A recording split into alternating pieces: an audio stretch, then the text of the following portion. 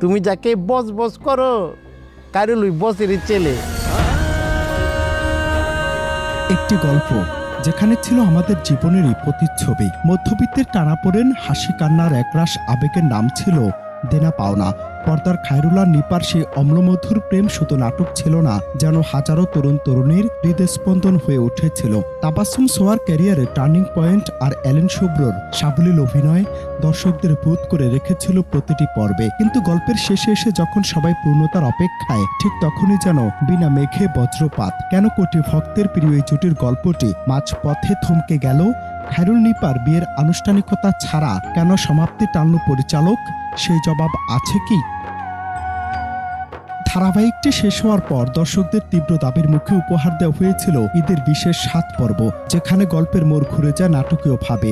শহীদের দ্বিতীয় বিয়ে, খায়রুলের বাবার আসল পরিচয় ফাঁস, আর পর্দার সব চরিত্র যখন একই সুতায় গাঁথা, সবকিছু ছিল দর্শকদের জন্য এক অভাবনীয় প্রাপ্তি। ঈদের সকালে সবার একসাথে মিলিত হওয়া দর্শকদের মনে এক চিলতে স্বস্তির পরশ বুলিয়ে দিয়েছিল। বিশেষ করে নিপা ও খায়রুলের বিয়ের চূড়ান্ত বার্তা আসতেই ভক্তরা আশায় বুক বেঁধেছিলেন। হয়তো এবার পূর্ণতা পেতে যাচ্ছে তাদের প্রিয় জুটির দীর্ঘ প্রতীক্ষিত মিলন। এ যেন সেই 90 দশকের সেসব সীমাহীন ভালোবাসারই প্রতিচ্ছবি।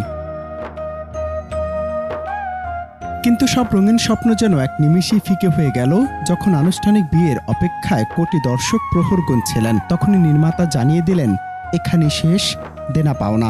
শহীদের ভুল বুঝতে পারা কিংবা বাবার পরিচয় ফিরে পাওয়া সবকিছু যখন দর্শক মনে জায়গা করে নিচ্ছিল, তখন খায়রুল নিপার বিয়ের কথা চূড়ান্ত হলেও আনুষ্ঠানিকতা ছাড়া কেনই বিচ্ছেদ?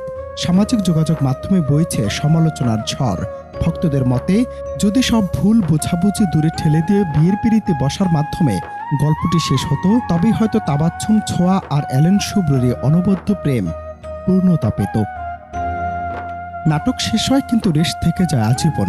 দেনা পাওনা হয়তো শেষ হয়েছে, কিন্তু খায়রুল নিপার অসম্পূর্ণ বিয়ের গল্প দর্শকদের মনে গভীর ক্ষত রেখে গেছে।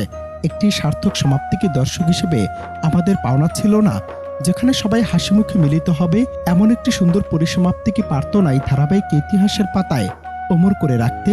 তবে আশা হারাবার কথা নয়, নতুন এক নাটকের মাধ্যমে আসতে পারে সেই ভালোবাসার পূর্ণতা, যার নাম চেনা অচেনা।